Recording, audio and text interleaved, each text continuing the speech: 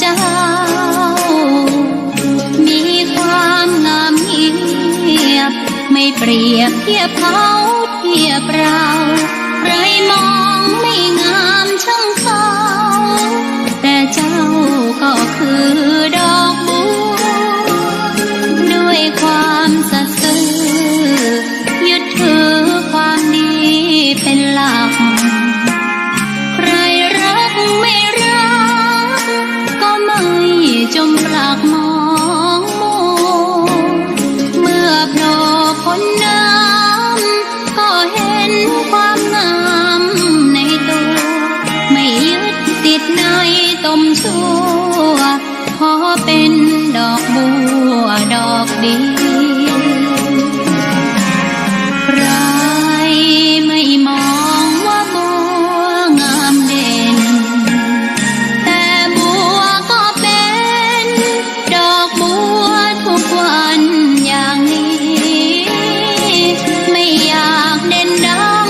แต่มุ่งหวังในทางเด่นดีเกิดมาเพื่อสร้างบารมีถวายชี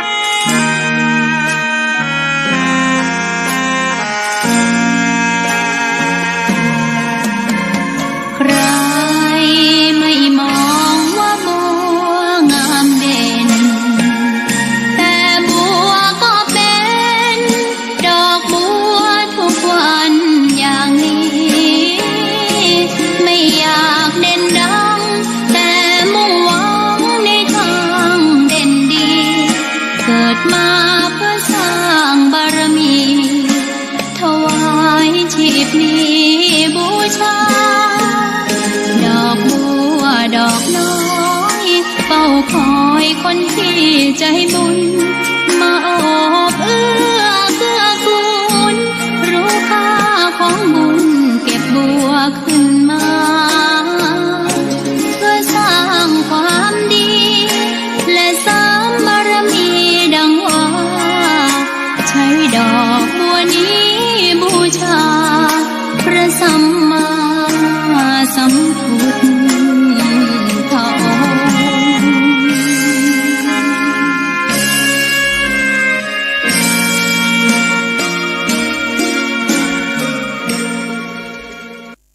ขอถวายความเคารพพระมหาเถรานุเถระครูบาสังฆเจ้าทั้งหลายจุตนจุองค์เจริญในธรรมบังเกิดมีแก่สาธุชนพุทธบริษัททั้งหลายที่ได้สดับรับฟังธรรมะตั้งสถานีวิทยุวัดฝ่ายหินมหาวิทยาลัยเชียงใหม่วันนี้รายการเสียงธรรมพระธรรมจาริกวัดสลีโสดาพระอารามหลวงอาตมาภาพท่านพระครูปัญญาสังฆการหรือท่านพระครูพรหมินทร์ก็ได้มาพบกับท่านทั้งหลายในวันจันทร์ที่22พฤศจิกายนพุทธศักราช2564เป็นวันเดือนยี่เหนือลง3 ค่ำวันนี้ก็เป็นมังกรดิถีได้มาพบกับท่านสาธุชนทั้งหลายรายการเสียงธรรมพระธรรมจาริกก็จะได้นำเอาธรรมะมาปั่นมาฝากหลังจากท่านทั้งหลายได้ผ่านพ้นในประเพณีเดือนยี่เพ็งในการทำบุญกินทานในประเพณีวัฒนธรรมของพื้นบ้านล้านนาของเฮาได้ผ่านพ้นไปก็จะมีพระธรรมเทศนาเอามาปั่นมาฝากในวันนี้เรื่องธรรมปาลมีปัญญาปาลมีหรือปาลมีปัญจัน8 ปัญจันสำหรับในการมังคลมงคลหรือว่าเทศกาลต่างๆเป็นพระธรรมเทศนาเพื่อเสริมปุญญาปาลมีเอามาปั่นมาฝากพี่น้องสถาท่านทั้งหลายในภาคบ่ายวันนี้ก่อนจะได้สดับรับฟังพระธรรมเทศนาก็ขอเชิญชวนทุกท่านได้ไหว้พระนพธรรมเพื่อให้เป็นการปูจาสักการะต่อพระรัตนตรัยอันเป็นที่เคารพนับถือในชีวิตของเฮาให้ก่อนอะระหังสัมมาสัมพุทโธภควาพุทธังภควันตังอภิวาเตมิสวากขาโตภควตาธัมโมธัมมังนามัสสามิสุปฏิปันโนภควโตสาวกสังโฆสังฆังนะมามินะโมตัสสะภะคะวะโตอะระหะโตสัมมาสัมพุทธัสสะนะโมตัสสะภะคะวะโตอะระหะโตสัมมาสัมพุทธัสสะนะโมตัสสะภะคะวะโตอะระหะโตสัมมาสัมพุทธัสสะ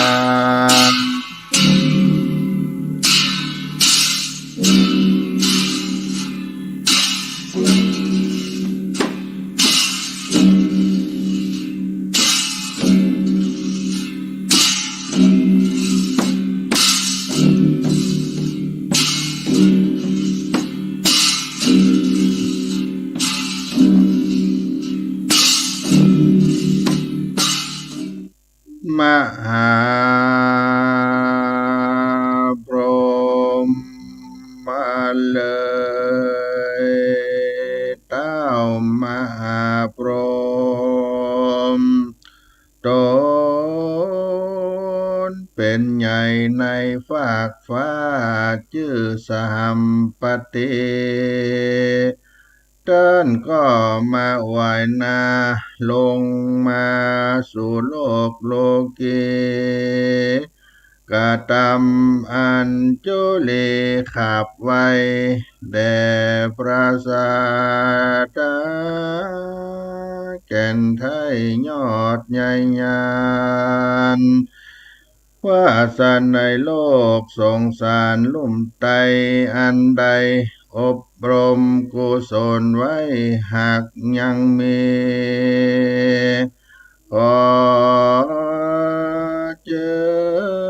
ญพระมุนีจุงมีพระคุณาภายโปรดเทศนาธรรมอันวิเศษดวงลุงโรดเพื่อสงเคราะห์หมู่ปัจจาขอลูกศิษย์พระสัทธา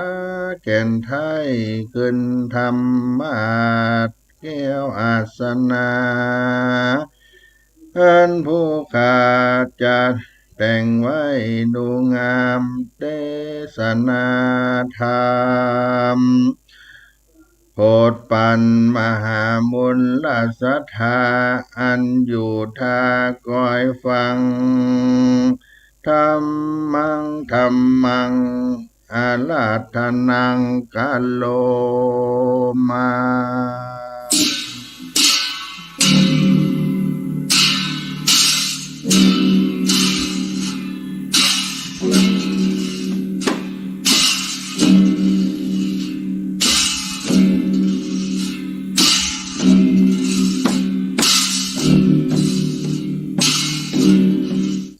นะโมตัสสะภะคะวะโตอะระหะโตสัมมาสัมพุทธัสสะเอวัมเมสุตังเอกังสัมมัญญังหังกวาราจากะเหวิหารติกิจจากุเตปัปปะเตเอกังสัมมายังมีในกาละสัมมาญะคาบหนึ่งวันนั้นพังกวานว่าสัมปัญโยพระพุทธเจ้าก็อยู่สำราญบนเขาคิจกูฏอันมีที่ไกลเมืองราชกาหนครที่นั่นกำโดยเจ้าภิกขุทั้งหลายปันไป250พระองค์ยอมเป็นอรหันตเสียงจุตนและเต้าเว้นไว้แต่มหาอนันตาเห็นเจ้าตนเดียวยังเป็นเสขาผู้กาละอยู่แลเมื่อนั้นปัญญาหินตาติราชและเทวบุตรทั้งหลายได้ยิบหมื่นตนและเต้าจัตุโลกาภาละราชทั้งสี่ก็มาและเทวบุตรเทวดาทั้งหลายอันอยู่ในจันฟ้าจัตุมหาลายิกาได้ยิบหมื่นตนก็มามหาพรหม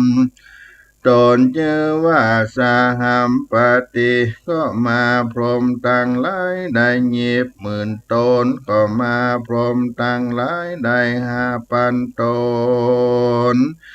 อันอยู่จันสุทาวาสก็มาไหวพระพุทธเจ้ากำตังอรหันตาเจ้าตั้งหลายแล้วก็นั่งอยู่อันที่ควรแก่ตนก็มีหันแล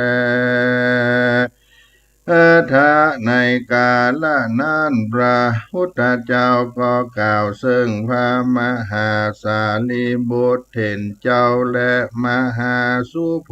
ธิสัตว์เถรเจ้า ก็อนุญาตสำแดงยังปาลมีธรรมแห่งโพ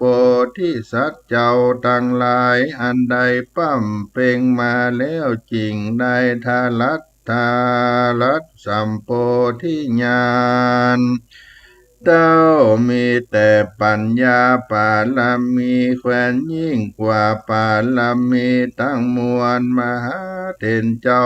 ตั้งสองตนก็ปูชาและวิสัชจนาซึ่งกันไปมาก็หันยังปาลมีปัญญาปาลมีแคว้นยิ่งกว่าปาลมีทั้งหลายก็จริงกล่าวว่าผู้กาละยิ่งใจต่างหลายฝูงใดได้สร้างได้เขียนได้สวดที่ใหญ่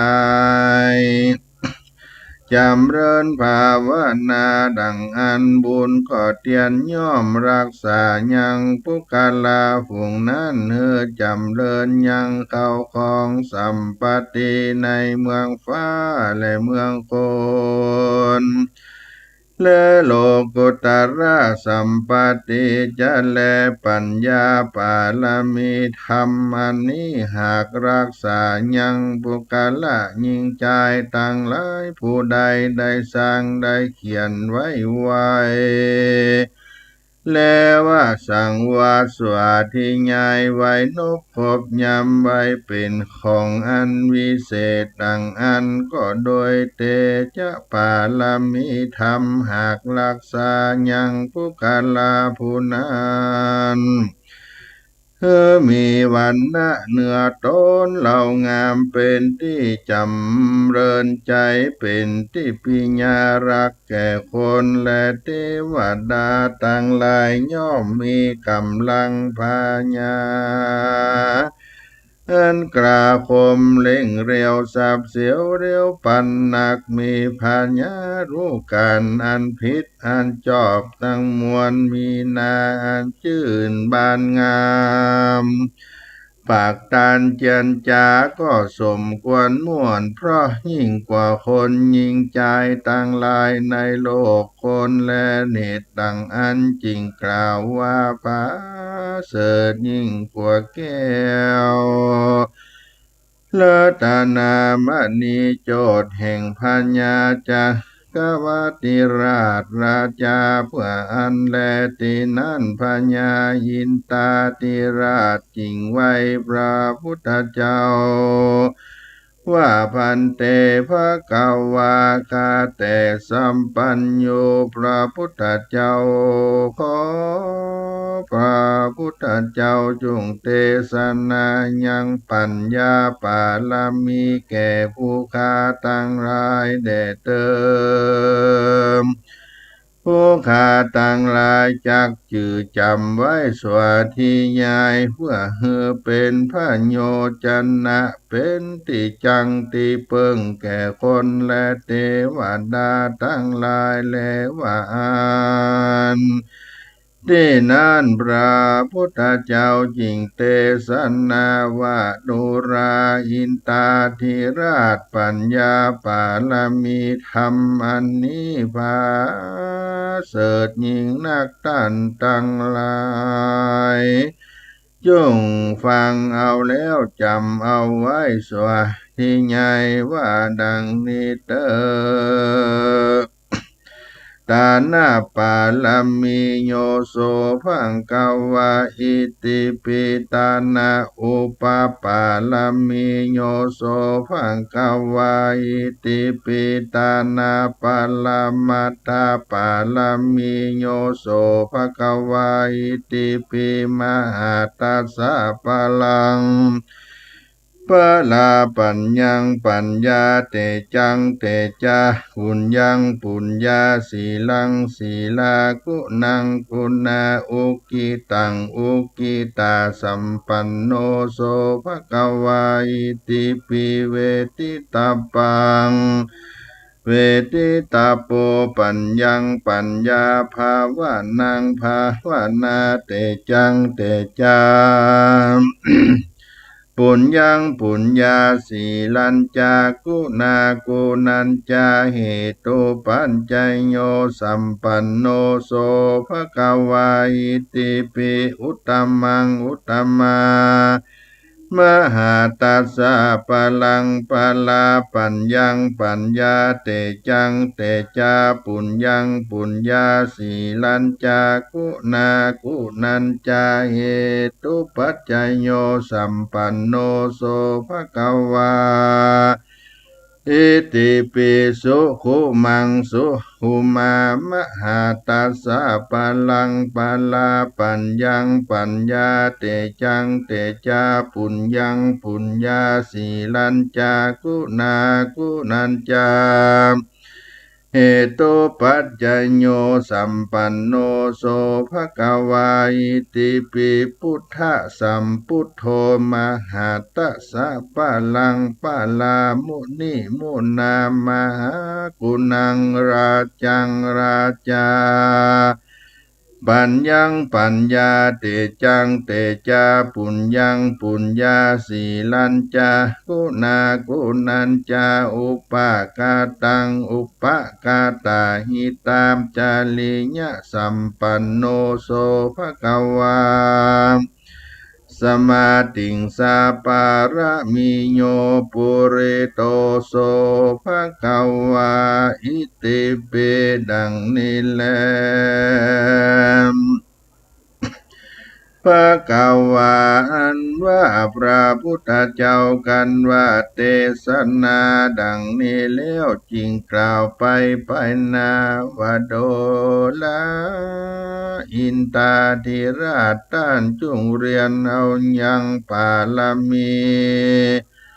ทำดวงพาเสดนี้ไว้เพื่อเฮอเป็นพันโยจันนะแก่กุลบุตรกุลธิดายิ่งใจต่างหลายแด่เตอว่าอันตินานพัญญาอินตา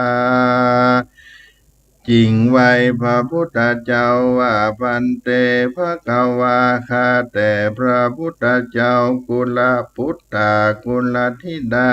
ยิ่งใจต่างหลายได้สั่งได้เขียนได้สั่งว่าตัวสวัสดีใหญ่ก็ดียังยังมีอานิสงส์เป็นดังเลือนั้นจาพระพุทธเจ้ากล่าวแก่อินตาธิราชว่าโดราอินตาธิราชราชาผู้กัลละผู้ใดได้สวัสดีใหญ่ยังปัญญาปาลามีอันนี้ดังอันปุกัลลาผู้นั้นก็บอกหอนว่าจางตายด้วยหอกดาบและไม้ค้อนก้อนดินสาขาบและแม่นต้านผู้อื่นก็บ่เบียดเบียนเยี่ยร้ายใดแม้นว่าเต้าปัญญาเสนาอามาตย์ผู้ใหญ่จังมาข่มเหงเต็งแป้ก็บ่ได้แลอุปัตตวะกังวลโอนตะลายต่างลายก็ล่ำงับกับหายไปเสียงแลเหตุว่าปาลามีธรรมเจ้าหากรักษาเต้าพัญญาราชพุทธาราชปุตติต่างหลายก็หันนาการหันนาก็มีใจโจมชื่นยินดีไข่ปากตันเจียนจาจิมผู้นั้นแลแม้นไปตั้งใดสัตว์ต่างหลายก็บอกกาตามหลายใดจะแลที่นั้นอัญญาติทีตั้งหลายก็มักใคร่ข่มเหงยังพระพุทธเจ้าเขาก็เข้ามาไกลพระพุทธเจ้าหันแลตีนั้นพญาอินตาธิราชก็เล็งหันยังอัญญาติทีตั้งหลายเข้ามาสนานจริงคันนิงใจว่าอัญญาติทีตั้งหลายมาใคร่ข่มเหงยังพระพุทธเจ้าและนาอันว่าปารมีธรรมอันกูหากได้เรียนแต่สำนักพระพุทธเจ้ากูจักละนึกกึดถึงคือว่าจักสังวาสวัสดิญาณ อย่าเฮือเข้ามาเตอะว่าอันก็สวัสดียายยังปัญญาปาละมีธรรมแต่หันแลยามนั้นอัญญาทิฏฐิตั้งหลายก็ลวดเข้าไปนบคบยำพระพุทธเจ้าแล้วก็รีบหนีไปแลเมื่อนั้นพระพุทธเจ้าก็กล่าวว่าดูลาสารีบุตรพระยาอินก็รู้ใจแห่งอัญญาติฏฐิตั้งหลายอันจังมาข่มเหงพระตถาคตาสันนิจริงได้สวดที่ใหญ่ยังปาละมีธรรมอันนี้อัญญาติทิตั้งหลายก็ลวดถอยหนีไปบ่อาจจักจังอยู่ใดเพื่ออันแลเมื่อนั้นพญามารก็กัเองใจว่าปันนาสัตว์ตั้งหลายตั้งกามาวัจจลาเทวบุตรรูปาวัจจลาเทวบุตรไปจุ่มนุมกันในที่นั้นมากนักเรามาเราจะเข้าไปไกลเขาตั้งหลายเพื่อฮือเขาละพระพุทธเจ้าเสียเตอว่าอันแล้วพญามารก็เนรมิตยังจตุรังกเสนาสี่จำพวกแล้วก็เข้ามาสู่สำนักแห่งพระพุทธเจ้านั้นแลตีนั้นพญาอินก็ลำเปิงว่าลิโปนแห่งมารตั้งหลายผู้นั้นบ่ใจลิโปนแห่งเต้าพญาตั้งหลายเป็นต้นว่าพญาปิมพิสารจะแลรอยว่าเป็นลิโปนแห่งพญามารผู้มักบาปจะแลว่าอันพญาอินตาก็สวดทิยายยังปัญญาปาละมีธรรมอันนี้พญามารก็ลั่วถอนหนีไปว่าอันแลเทวบุตรเทวดาทั้งหลายก็เรียรายภายยังดอกกาสะลองติบลงมาสกาลาปูจาพระพุทธเจ้ามานักวันนั้นแลพระยายินจริงไว้พระพุทธเจ้าว่าพันเตข้าแต่พระพุทธเจ้าอันว่าปาลมีธรรมอันนี้ผู้การละผู้ใดได้เรียนได้เขียนได้ไว้สกาลาปูจาและสวดที่ยายดังอ่านก็เรียกว่าได้กระทำบุญในสำนักพระพุทธเจ้าตั้งหลายแต่ปางก่อนมานักแลผู้กาลาบุนั้นจางตกถอยจ้าเสียก็บ่มีจันแลก็โดยเตชะปาลมีธรรมเจ้าหากกำจูนั้นแลพันเตภควา ข้าแต่พระพุทธเจ้าผู้กาลายิ่งใจผู้ใดได้สังวาสสวดที่ใหญ่ปฏิบัติสันนี้ยังจังมีอานิสงส์ชั่วนี้ชั่วนาเป็นดังเลือนันจาเมื่อนั้นพระพุทธเจ้าเทศนาว่าดุรามหาราชสัพพัญโยตัญญาณอันเกิดแก่พระพุทธเจ้าทั้งหลายนั้นก็โดยเหตุปัญญาปาละมีแก่กราบัวละมวลแลเมื่อนั้นมหาอนันตเถนเจ้าจริงไว้พระพุทธเจ้าว่าพันเตภควาข้าแต่พระพุทธเจ้าพระพุทธเจ้าเต้ายกย่อยังปัญญาปาละมีว่ายิ่งกว่าดวงตั้งมวลปัญญาปารมีพาเสริฐกว่าปาลมีตั้งมวลมีตานะปาลมีขันติปาลมีเป็นต้นโดยเหตุใดจาพระพุทธเจ้าจริงกล่าวว่าโดราอนันตา พระตาถาคตาเต้ายอยังปัญญาปาลามีสิ่งเดียวเหตุว่าปัญญาปาลามีนี้เป็นเก้าเป็นผาทานแห่งปารมีตั้งมวลมีตานะปาลามีเป็นต้นมีอุเปกขาปาลามีเป็นที่สุดเป็นที่ซ้อยดังแผ่นดินเป็นที่งอกแห่งพิจาเขากราตั้งหลายนั่นแลที่นั้นพญาอินทร์จริงไว้พระพุทธเจ้าว่าผู้กันละยิ่งใจตั้งหลายได้ปฏิบัติเป็นดังพระพุทธเจ้าหากเทศนามานีจักมีพละอานิสงส์เจ้านั้นจะเลิศผู้รู้ว่าจักมีอานิสงส์มากกว่านั้นอันจะขอพระพุทธเจ้าจงเทศนาให้แจ้งแก่ผู้กาทั้งหลายแด่เติมพระพุทธเจ้าจริงกล่าวว่าโดรามหาราชผู้กาละผู้ใดได้สร้างได้เขียนนือมันแก่ศาสนาและได้ไว้สวดที่ใหญ่สักการะปูจาดีปาละมีธรรมอันนี้หากรักษายังปุกาละผู้นั้นหือพ้นจากกังวลโอนตะลายตั้งมวลหือมีสุขสำราญอยู่เมื่อจะแลม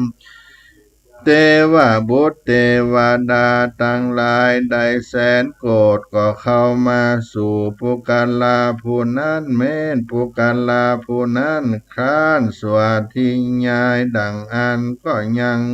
ปุกาลาผู้นั้นสวดทิ้งยายแลดุรามหาราชปุกาลาผู้นั้นก็บ่มีใจหดยอมากว่าบ่เก่งขามในปริษัทตั้งมวลย่อมมีหน้าตาอันจื่นบานใสงามเหตุปัญญาปาลามีธรรมเจ้าหากรักษาแลปุกาลาผู้นั้นก็จังใดลาเสียยังป่าปะกรรมมันเป็นบาปเป็นโทษจังใดเว้นจากอบายตั้งมวลจากมีสุขในชาตินี้ชาติหนาดีลีปาหาการหนึ่งเล่าดุราอินตาธิราชแม้นว่าเทวดาตั้งหลายในจันฟ้าจาตุมหาราชิกาและตาวาติงสาอาการนิธาพรหมก็ดีอันพาทนาเอายังโพธิญาณก็เข้ามาสู่มหาติอันไว้ปัญญาปาละมีธรรมนั้นแล้วไว้นบคบยำคืนใจเอาเมื่อเทศนาแก่เทวบุตรเทวดาทั้งหลายสืบสายกันไปก็มีแลดุราหินตาธิราชบ่เต้าแต่เทวบุตรเทวดาอันอยู่ในจักรวาลนี้สิ่งเดียวแม้นเทวบุตรเทวดาทั้งหลายอันอยู่ในชากามาวจระรูปาวจระได้แสนโกรธก็ดีอันพาทนาเอายังสัมโพธิญาณและปัจเจกาโพธิญาณนันพาเสดก็ยังเข้ามาสู่ที่อันไว้แห่งปัญญาปาลมีธรรมนั้นแล้วก็ไว้นกพบยามสักการะปูจาแล้วเรียนเอาเทศนาสังวาสวดที่ยายในที่อยู่แห่งตนก็มีแลพวกกาลาผู้นั้นอันเทวดาต่างหลายหากเข้าไปสู่ไปหาสันนั้นแล้วก็บ่หอนมีกังวลพ้นตารายสักเกื้ออันนี้ก็เป็นอานิสงส์ชาตินี้แลเหตุดังอันคนและเทวดา นาคครุฑกลุ่มพันกันทาปะอสุรินตะผีเสือตั้งหลายจงเรือนเอาไว้นกพบยำและสกการะปูจายังปาละมีธรรมมันดียิ่งนักไว้เทศนาสั่งสอนสืบไปเตออันนี้หากเป็นธรรมตายตาอันประเสริฐอันพระตาถากตะหากแก่ต้านต่างหลายจันแลตินันพญาอินตาธิราชจริงไว้พระพุทธเจ้าว่าพันเตภควา ข้าแต่พระพุทธเจ้าปุกกละต่างหลายดังเลือและจังรู้ว่าเทวบุตรเทวดากันทัปปะเป็นตนลงมาในที่นั้นโดยเหตุใดจา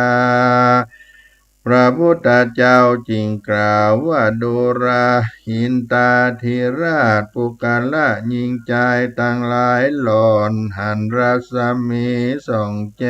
ง ในฐานะที่หนึ่งที่ใดก็ดีล้อนหอมทะลบไปด้วยกันทารสะอันบ่หอนมีในเมืองคนดังอันก็ดีก็เพิ่งรู้ว่าเทวบุตรเทวดาเป็นตนลงมาในฐานะที่นั้นแลดูราอินตาธิราชปุกลาผู้นั้นเตียนย่อมฝันหันอันดีคือว่าฝันหันพระพุทธเจ้าฝันหันพระปัจเจกาพุทธเจ้าฝันหันต้นไม้สลีมหาโพธิฝันหันยังปาละมีธรรมอันฝันหันผาลบอริยสัจจาฝันหันอริยสังฆะฝันหันโพธิปาติฝันหันโพธิปักขิยธรรมและฝันหันพระเทศนาธรรมฝันหันตั้งหลายฝูงนี้ชื่อว่าฝันหันดีจุอันเจริญที่นั่นพญาอินตาจิงไว้พระพุทธเจ้าว่าพันเตภควาคาแต่พระพุทธเจ้าต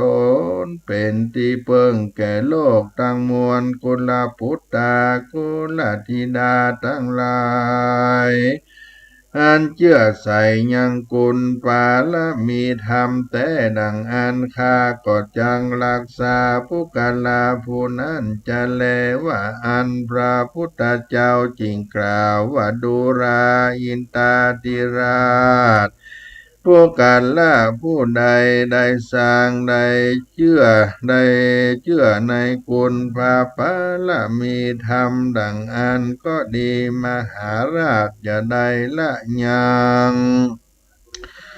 ปุกาลาผู้นั้นเสียเตอจุงรักษายังปุกาลาผู้นั้นฮือมีสุขอย่าฮือมีทุกข์สักเตือเตอดูรามหาราชปุกาลาผู้ใดได้สร้างได้เขียนได้เรียนไว้นอบครอบยำเคินใจสวัสดิญายดังอันก็ได้ชื่อว่าได้สร้างกองบุญอันใหญ่ในโลกนี้ดีลีพระญาอินได้ไว้พระพุทธเจ้าว่าพันเตคาแต่พระพุทธเจ้าอันว่าแก้วลูกปราเสริฐคือว่าปัญญาปาลมีธรรมอันนี้ไว้ในที่ใดสัตว์และคนต่างหลายก็บ่อาจจะกระทำร้ายใดอันหนึ่งก็บ่มีพญาธิเป็นตนว่าลมเสียบและสันนิบาตสังอันหนึ่งสัตว์ตัวร้ายมีงูอาสรพิษเป็นตนก็บ่มาไกลใดแลแม้นว่างูอสรพิษหากคบหักตอดดังอันกันละนึกถึงยังปัญญาปาลมีธรรมอยู่ใจปิดก็จักนำงับกับหายไปด้วยเตจะปัญญาปาลมีธรรมเจ้า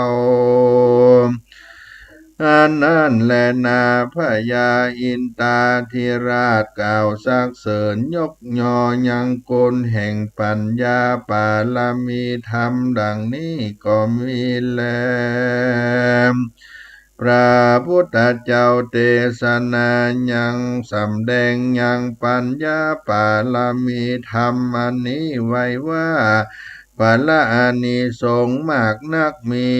อานุภาวาจาตินี้และจาตินาแก่เทวบุตรเทวดาทั้งหลายมีพญาอินตาธิราชเป็นประธานก็มีโดยประการดังกล่าวมานี้แลนะเทศนายังปัญญาปาละมีอัปปมัญญาคุณธาราปารมีก็บังกมสมเด็จเสด็จสาธุสาธุสาธุ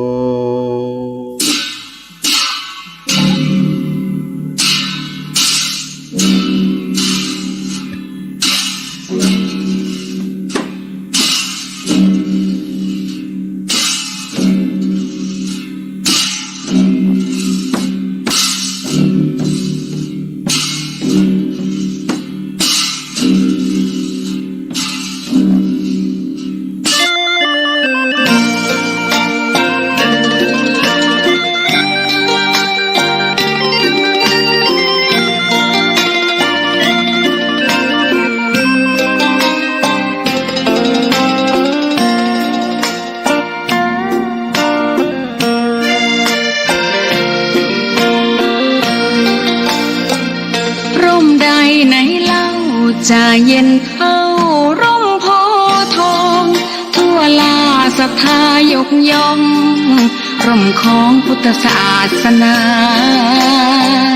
ยิ่งกว่าร่มใดกันแดดไฟฝนลมนาแผ่กิ่งก้านสาขาปกคลุมประชาทุกชีวิ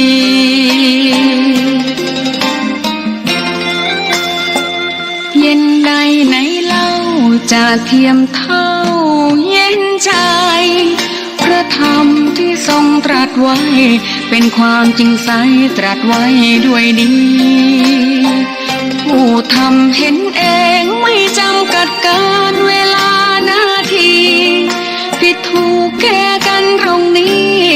จะไม่มีเรื่องราวก่อกวนพุทธศาสนาเชื่อมมากับเมืองสยามวัดบ้านโรงเรียนเขตคามปฏิบัติตามแม่ยามเรรวนคิดทำสิ่งใดเป็นไปเพื่อประโยชน์ทั้งมวลทำดีละสิ่งยั่วยวนขนึงครวญทางสายกลางชนะในเล่าจะเทียมเท่าชนะตนยิ่งใหญ่ในทุกแห่งหนยิ่งกว่าชนะคนในสงครามไม่มีกลับแพ้ไม่มีเรื่องแย่มาลุกลามประพฤติปฏิบัติตามองค์สัมมาสัมพุทธเจ้า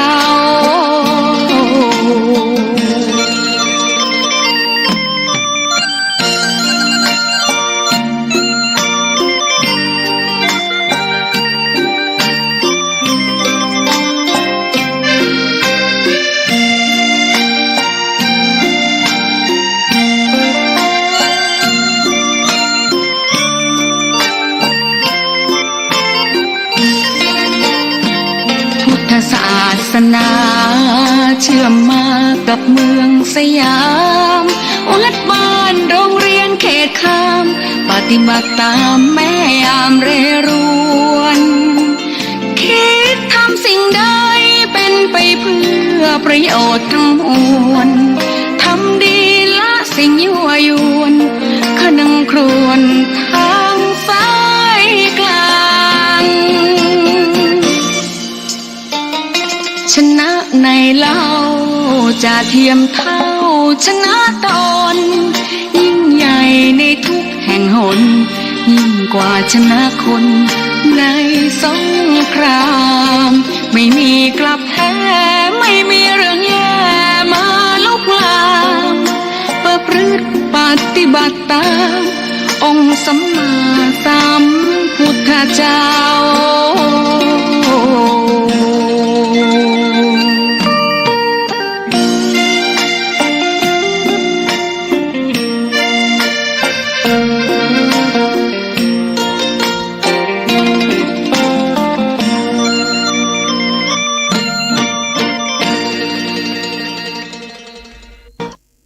ท่านสาธุชนพุทธบริษัททั้งหลายวันนี้อาตมาภาพได้นำเอาพระธรรมเทศนาธรรมปาละมีปัญญาปาละมีหรือปาละมี8ปัญจันทร์เป็นธรรมมังคละมงคลใจเทศในงานมังคละต่างๆหรือเทศกาลต่างๆเป็นการเสริมสร้างปุญญาปาละมีซึ่งได้กล่าวในสำคัญในเรื่องก็คือปัญญาปาละมีซึ่งเป็นหนึ่งใน10ปาละมีเป็นหนึ่งในปาละมีที่พระพุทธเจ้าทรงบำเพ็ญมาแต่ก่อนที่จะตรัสรู้ซึ่งประกอบไปด้วย10ปาระมีก็คือ1ปาระมีตานะปาระมีการสละออกหรือการให้โดยมีเจตนาช่วยเหลือผู้อื่น2ศีลปาระมีการรักษาศีลให้เป็นปกติฆราวาสหมายถึงศีล5ผู้ออกบวชหมายถึงศีล8ขึ้นไป3เนกขัมมะปาระมีการออกบวชถ้าฆราวาสถือศีล8ก็น่าเป็นเนกขัมมะปาละมีได้เพราะเว้นจากกามสุข4ปัญญาปาละมีที่ในเรื่องที่พระสัมมาสัมพุทธเจ้ายกยอในปัญญาปาละมีนี้ปัญญาปาละมีการกระทำเพื่อเพิ่มพูนปัญญานั้นแบ่งออกเป็นปัญญาทางโลกและก็ปัญญาทางธรรมการตรัสรู้เป็นพระพุทธเจ้าก็จึงต้องมีปัญญาความรู้มากเพื่อสั่งสอนเวนยสัตว์ให้พ้นจากทุกข์ได้อันที่5วิริยะบารมีการใจความเปลี่ยนเป็นที่ตั้งทำไปอยู่เรื่อยๆทีละเล็กละน้อยตามกำลังจนกว่าจะสำเร็จอันที่6ขันติบารมีการอดทนอดกลั้นต่อสิ่งต่างๆอันที่7สัจจะปารมีการรักษากรรมกรรมจ๋ากรรมพูดของเราเนี่ยแม้จะต้องสละบางอย่างก็เพื่อรักษากรรมกรรมพูดเอาไว้ก็ตามอันที่8อาทิตฐานะปาละมีการตั้งมั่นในความปรารถนาตั้งจิตใจให้มั่นต่อกรรมอธิษฐานอันที่9เมตตาปาละมีการมีความปรารถนาดีมีความฮักต่อสัตว์ทั้งหลายในโลกอย่างเท่าเทียมกันเมตตาแตกต่างจากราคะตัดที่นี้ราคะเป็นการฮักเฉพาะตัวและพวกพ้องแต่เมตตาเป็นการฮักที่บ่แบ่งแยกอันที่10โอเปกขาปาละมีการวางเฉยมีใจเป็นกลาง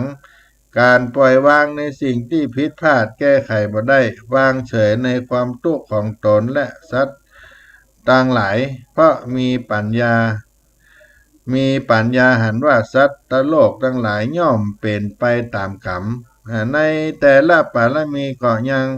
แยกย่อยออกเป็นปาละมี3ชั้นรวมเป็น30ชั้นอันนี้เป็นเรื่องของปัญญาปาละมีที่ได้เทศนาธรรมอันก็กล่าวด้วยปาละมีทั้ง10ประการเช่นเดียวกันและปัญญาปาละมีอันนั้นเป็นสิ่งที่ พระสัมมาสัมพุทธเจ้าได้ยกยอเพราะเป็นสิ่งที่ช่วยแก้ปัญหาต่างๆนานาให้เฮาได้พ้นจากปัญหาจากทุกข์ทั้งหลายทั้งปวงถ้าเฮาขาดปัญญาแล้วเฮาก็จะมีปัญหามากขึ้นเพราะฉะนั้นวิธีการที่ได้ฝึกปัญญาบารมีดังที่องค์สมเด็จพระสัมมาสัมพุทธเจ้าพระองค์ได้ปั้มเปงปัญญาบารมีจนรู้แจ้งตรัสรู้ด้วยพระองค์เองคนเฮาเมื่อมีปัญญามีความรู้เพิ่มขึ้นก็ช่วยให้มีหูมีตาสว่างขึ้นมีจิตมีใจสว่างขึ้นบ่ได้ถูกเปิ้นหลอกลวงไปในทางที่บ่ดีมางามขึ้นไปอันนี้เป็นการที่ได้มาเทศนาธรรมในปัญญาปารมีที่ในธรรมพระเทศนานี้เพราะฉะนั้นเฮาฝึกด้วย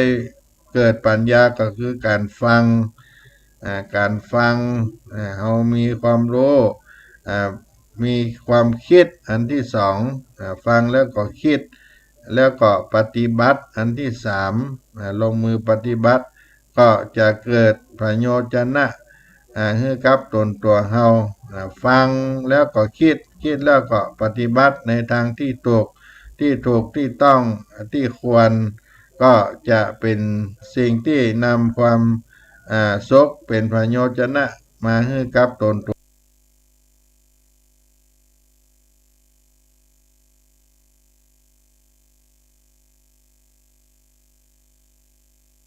ของเฮาวันนี้ได้เอาเรื่องปารมีธรรมเป็นธรรมเทศนาเปิ้นบ้านล้านนาของเฮาเป็นพันนาโวหารเปิ้นบ้านล้านนามาเทศนาเปิ้นก็จะนิยมเอาไปสวดเป็นมังกร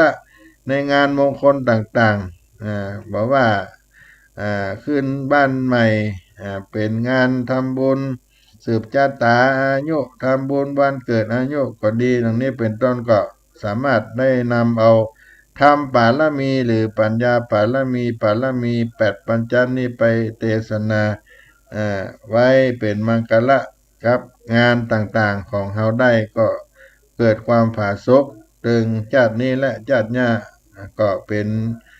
ธรรมที่เอามาปั่นมาฝากพี่น้องในเมื่อบ่ายวันนี้ในรายการเสียงธรรมพระธรรมจาริกวัดสลีโสดาพระอารามหลวงหลังจากที่พี่น้องท่านทั้งหลายได้ผ่านพ้นในประเพณีเดือนยี่เพ็งได้ปูจาสักการะถวายการต้อนรับองค์สมเด็จพระสัมมาสัมพุทธเจ้าปูจาพระสัมมาสัมพุทธเจ้าปัญจพุทธเจ้าทั้ง5พระองค์และลำลึกถึงยังการเนื้อตาลผางประทีปตีนกากรมไฟกรมปูจาต่อพระพุทธเจ้าลวดไปถึงการปูจาต่อพระมหาเจติยะธาตุเจ้าเกศแก้วจุฬามณีในตำนานมุลลาตีนกาตำนานของแม่กาเผือกหรือว่าอานิสงส์ผางประทีปที่ได้ปรากฏในธรรมและได้เทศนากันไปในช่วงเดือนยี่เพ็งและก็บางวัดวารามก็สร้างตานมหาเวสสันตราชาดก13กันในวันประเพณีเดือนยี่เพ็งก็เป็นวันที่มีประเพณีการให้ทานแถมหลายๆอย่างเกิดขึ้นในเดือนยี่เพ็งในเฉพาะชาวพุทธล้านนาของเรานั้นถือว่าเป็นสิ่งที่เป็นมังกรและเป็นประเพณีที่ดีงามสืบทอดกันมาวันนี้เอาทำปารมีมาลบท้ายหลังเดือนยี่เพ็งปั่นฝากพี่น้องท่านทั้งหลายให้เกิดดวงตาหันธรรมได้เกิดปัญญาปารมีญาณมีสุข3ประการกันต้นหน้าวันนี้เสียงธรรมพระธรรมจาริกก็ขอล่ำลารายการพี่น้องไปไว้เพียงเท่านี้ก่อนขอความสุขความเจริญจงมีแก่ท่านทั้งหลายยัตตาโลธรรมาวทันติอายุวันโน